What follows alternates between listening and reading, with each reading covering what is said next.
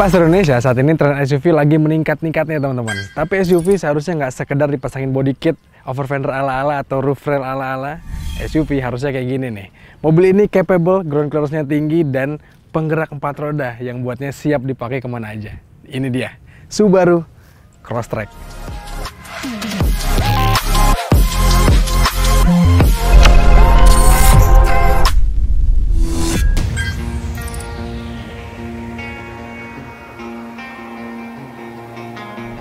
Yes, ini adalah Subaru Crosstrek yang sebenarnya menjadi penerus dari Subaru XV. Subaru XV sebenarnya nggak lama hadir di Indonesia dan langsung berubah menjadi Subaru Crosstrek. Atau sebenarnya Subaru Crosstrek sebenarnya sama dengan XV teman-teman. Tapi sekarang diseragamkan jadi satu dunia, satu global. Kalau Subaru yang modelnya kayak ini disebutnya dengan Crosstrek. Dan ini masuk generasi ketiganya dan ya dia pakai platform baru dan juga ada pembaruan yang banyak di sektor dapur pacunya hingga fitur-fiturnya. Nanti kita bahas. Mobil ini secara harga dibanderol Rp549.500.000 dan hadir dalam satu tipe aja, yaitu S I-Side. Mobil ini secara harga, fitur, dan spek sebenarnya irisannya dengan Honda HR-V RS Turbo dan juga Mazda CX-30. Secara harga, dulu XV menjadi yang termurah dibanding kompetitornya teman-teman. Tapi sekarang Subaru Crosstrek ini hadir menjadi yang termahal dibandingkan dengan HR-V RS Turbo dan juga CX-30. Lantas apakah itu menjadi nilai yang sepadan atau worth it?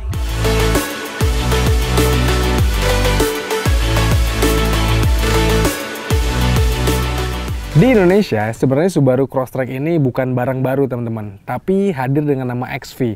Jadi sebenarnya desain model kayak gini udah sempat beredar banyak di Indonesia. Dan ini sebenarnya sekarang hadir dengan nama Crosstrek dan Subaru tetap bermain dengan gaya yang sama, yaitu pendekatan mereka terhadap desain itu cukup konservatif teman-teman. Jadi secara desain, walaupun ini generasi baru, tapi sejujurnya nggak banyak yang berubah atau kalau dilihat sekilas aja di parkiran misalnya ya, atau di jalan raya, agak sulit bandingin antara generasi yang baru dengan yang lamanya. Tapi sebenarnya kalau dilihat lebih detail, lebih spesifik atau lebih dikomparasi gitu ya, cukup banyak perbedaannya dan ini hadir lebih tegas dan juga lebih segar nih. Subaru memang sejak lama terkenal selalu bermain konservatif untuk urusan desainnya. Jadi nggak heran kalau generasi baru dari XV atau yang dinamai Crosstrek ini masih terlihat mirip dengan generasi sebelumnya. Dari segi postur pun gak banyak perubahan dimensi mobil ini. Nah yang menarik, dimensi mobil ini tuh jadi yang paling gambot kalau dibandingkan dengan kompetitornya yakni HR-V RS dan CX-30. Detail desain mobil ini terasa kuat unsur boldnya. Model lampu utama hingga lampu belakangnya yang baru membuatnya lebih segar. Selain itu, dari samping, terlihat mobil ini sangat siap bertualang dengan overfender yang gondrong sampai roof rail yang tegas. Masuk ke kabinnya, hadirnya platform baru ini dan juga wheelbase yang lebih panjang membuat kabinnya jadi terrevisi teman-teman. Sekarang jadi lebih lega. Di depan adalah posisi mengemudi saya dan ini tinggi saya 170 cm dengan bobot yang ekstra kayak gini. Masih banyak sisa ruang kaki dan juga ya kalau ruang kepala sih sekitar 4 jari karena ini atapnya landai teman-teman. Di belakang sini dibandingkan dengan XV yang sebelumnya pernah kita nge-review, di belakang sini fiturnya jadi bertambah teman-teman. Fasilitasnya jadi nambah. Nih ada USB port 2 buah di sini, ada Type A dan ada Type C. Terus juga cup holder lengkap dan di sini armrestnya ada cup holder juga dan yang menarik kalau kita lihat akomodasinya di belakang sini joknya bisa dilipat dan juga konfigurasinya latar lantai teman-teman. Dan kalau kita ngomongin bagasi juga teman-teman, sayang sekali bagasi dari Crosstrek ini belum pakai mekanisme yang elektrik atau terbuka secara power tailgate. Dia masih mechanical aja. Nah, kokpitnya yang terlihat beda total dari XV. Tentu ini karena model head ini tegak yang sekarang jadi ciri khas Subaru kekinian. Namun sisanya model dashboard bertumpuk hingga instrument clusternya tampak masih sama dengan yang lama. Balik lagi bahas head unitnya. Ini merupakan layar berukuran 11,6 inci dan sudah bisa mengoperasikan berbagai fitur kekinian seperti Android Auto dan Apple CarPlay. Selain itu, head unit ini juga bisa kita andalkan untuk mengatur berbagai pengaturan mobil, mulai dari fitur berkendara hingga pengaturan lainnya. Walaupun kokpit dari Subaru ini terasa flat dari segi desain, tetap aja, memegang setir Subaru dan berada di balik kemudinya, menggugah hati untuk langsung gaspol.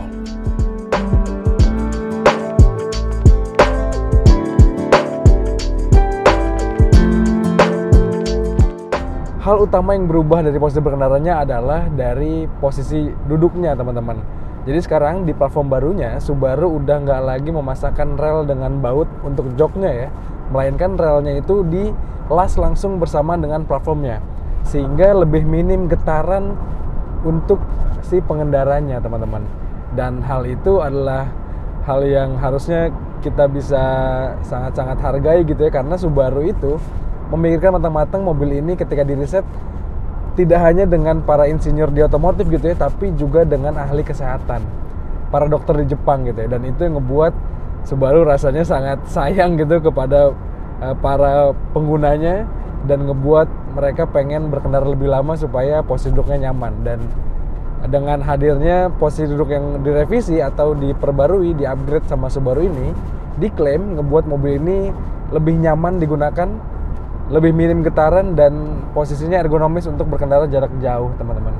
Tapi sayang di pertemuan kali ini ya kita ngetesnya singkat, jadi kita belum sempat dipakai mobil ini road trip yang jauh gitu ya. Semoga nanti ada kesempatannya kita road trip dan mobil ini rasanya menarik untuk dibawa road trip. Anyway, kalau kita ngomongin handlingnya, ya Subaru just being Subaru, dengan hadirnya mesin yang horizontal oppose atau boxer gitu ya. Jadi titik gravitasinya lebih rendah, diposisikan di bawah, dan ngebuat mobil ini handlingnya sangat-sangat akurat, teman-teman. Wow. Kalau dibandingkan dengan XV, memang Crosstrek terasa lebih menyenangkan dari segi pengendalian. Shocknya terasa lebih solid dan berkarakter. Tapi di sisi lain, melahap jalan jelek pun tidak ragu berkat ground clearance-nya yang tinggi dan karakter main shocknya yang lebih empuk. Selain itu, hadirnya setir yang direct membuat rasa berkendara kian memukau. Tapi ya masih sama kayak XV. Minimnya feedback dari setir ini membuat kita kurang bisa berkomunikasi banyak dengan mobil. Tapi sayang banget teman-teman, Subaru itu nggak menyarankan pemiliknya, khususnya pemilik mobil Subaru yang pakai eyesight, untuk memasangkan kaca film di kaca depannya. Karena ya ini eyesight-nya third generation Subaru yang kameranya banyak teman-teman di depan sini dan juga banyak fiturnya. Tapi sayang, Subaru itu nggak menyarankan pemiliknya untuk masang kaca film di depan sini karena diklaim akan mengganggu kinerja dari eyesight-nya. Menurut kami, kalau untuk pemakai di Jakarta yang kondisinya kayak gini sekarang, kita lagi driving di jam 12 siang, ini sih rasanya mengganggu dan panasnya tuh cukup terasa sampai ke tangan sini. Walaupun ini ada UV filternya diklaimnya. Tapi ya harusnya bisa bermain lebih agile gitu ya, dengan memperbolehkan si konsumennya untuk memasang kaca film. Ya setidaknya untuk mobil tes ini pasanglah kaca film sampingnya ya, supaya kita lebih nyaman.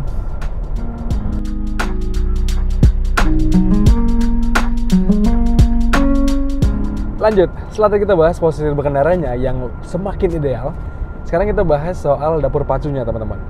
Sayang sekali, Subaru itu sebenarnya nggak banyak merubah dapur pacunya. Jadi kalau kalian pemilik XV, harusnya masih bisa legowo gitu ya, karena mesin yang dipasangkan Subaru Crosstrek ini adalah mesin yang sama dengan kepunyaannya XV, yaitu mesin horizontally opposed atau mesin boxer berkapasitas 2000 cc kalau digenapin, dan itu adalah mesin yang dikawinkan dengan truk all-wheel drive.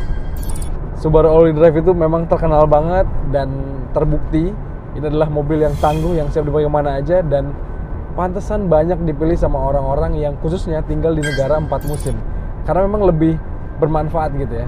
Tapi untuk kita orang-orang di Indonesia ini yang sebenarnya kualitas jalannya masih banyak yang kurang begitu bagus gitu ya, sebenarnya konfigurasi seperti ini adalah yang pas juga nih.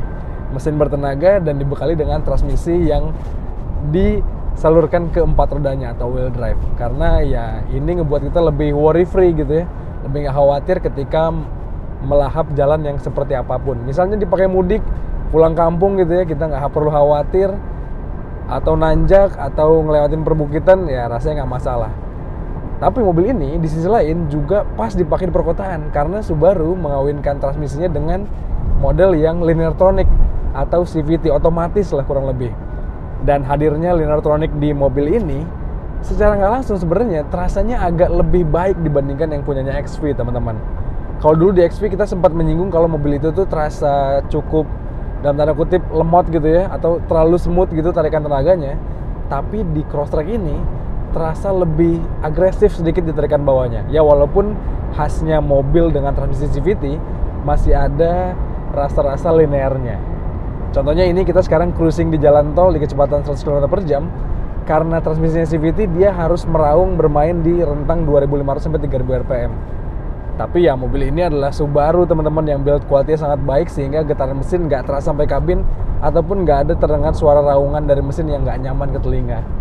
Jadi Subaru just being Subaru, nyaman dikendarai dari segi pengendalian, nyaman juga secara dapur pacunya. Karakter mesin Subaru Crosstrek sejatinya masih mirip dengan XV. Mesin ini terasa linear penyaluran tenaganya dan cenderung halus sekali. Ya, kalau kalian cari mobil yang agresif, mungkin akan lebih terpuaskan dengan kompetitornya. Tapi, yang asik dari Crosstrek ini adalah kapabilitasnya untuk melahap berbagai kondisi jalan. Sebagai all-wheel drive, mobil ini piawai sekali untuk bertemu medan yang buruk. Selain itu, ada mode berkendara yang bisa menyesuaikan juga. Lalu, dibandingkan dengan XV, improvement yang disematkan Subaru ke Crosstrek ini membuatnya sedikit lebih irit. Kami tes di rute dalam kota, Crosstrek ini bisa mencatatkan angka 12,5 km per liter. Sedangkan di rute tol semakin baik pula dan tembus 18,6 km per liter.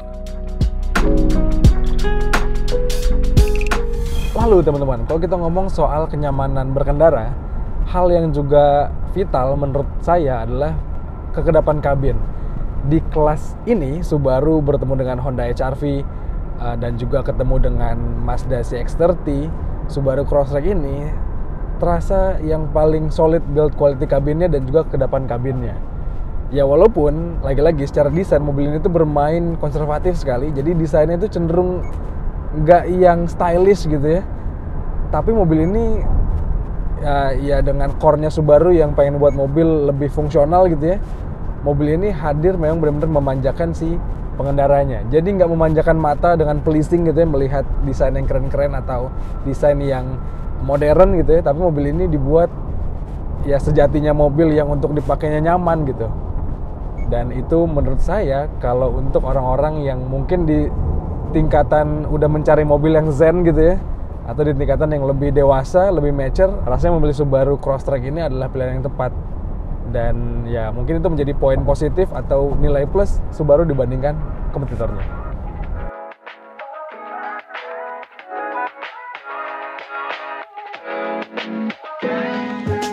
Seperti biasa di Autotest, kita akan juga ngebahas kelebihan dan kekurangannya. Mari kita rangkum dari kelebihan dulu.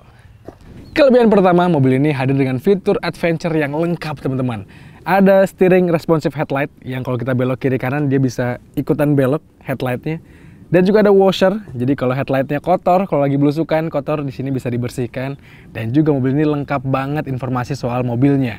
Dan ada driver monitoring system yang keren banget. Yang kedua kelebihannya, mobil ini siap banget dipakai kemana aja teman-teman. Selain menyenangkan dikemudikannya karena mobil ini pakai mesin yang Boxster konfigurasinya, mobil juga hadir dengan konfigurasi yang all-wheel drive.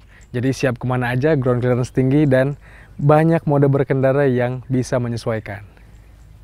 Dan kelebihan terakhir adalah dari harganya teman-teman. Walaupun di antara kompetitornya ini adalah mobil yang harga jualnya paling tinggi, tapi setidaknya ini adalah mobil yang value for money sangat baik teman-teman.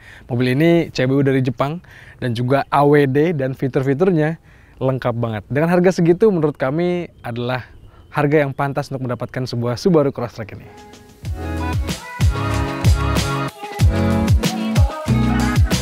Setelah kita bahas kelebihannya, mari kita rangkum juga kekurangannya. Yang pertama datang dari, entah kenapa, sekarang banyak tombol-tombol yang dipindahkan ke touchscreen ini teman-teman. Contohnya, tombol Auto Vehicle Hold AVH ini dipindahkan ke sini. Dan juga Vehicle Dynamic Control dipindahin ke sini, atau VSC-nya ya. Padahal di sini masih banyak tombol-tombol yang kosong, dan menurut kami lebih menyenangkan untuk menggunakan tombol yang fisik dibandingkan touchscreen gini untuk hal-hal yang sifatnya fundamental seperti ini. Kekurangan kedua datang dari desainnya yang nggak berubah banyak teman-teman. Interiornya ini kalau dia nggak pakai head unit yang modelnya sekarang portrait gini, rasanya nggak terlalu banyak yang berubah. Luarnya pun demikian. Padahal ini adalah generasi terbarunya nih. Dan teman-teman, kekurangan terakhirnya adalah datang dari jaringan Subaru yang belum lengkap teman-teman, atau belum tersebar banyak di Indonesia. Padahal ini mobil yang keren banget dan rasanya menarik untuk dicobain. Jadi semoga semakin banyak lah ya jaringan Subaru di Indonesia ini. Crosstrek adalah pilihan yang tepat bagi kita yang pengen mencoba Subaru. Selain karena harganya yang paling terjangkau, Crosstrek juga menawarkan pengendalian hingga rasa berkendara yang sangat berkarakter dan kental aura Subarunya. Belum lagi, ini adalah crossover yang lincah dan siap dibawa belusukan karena all-wheel drive-nya. Benar-benar ini mobil yang pas buat masyarakat Indonesia.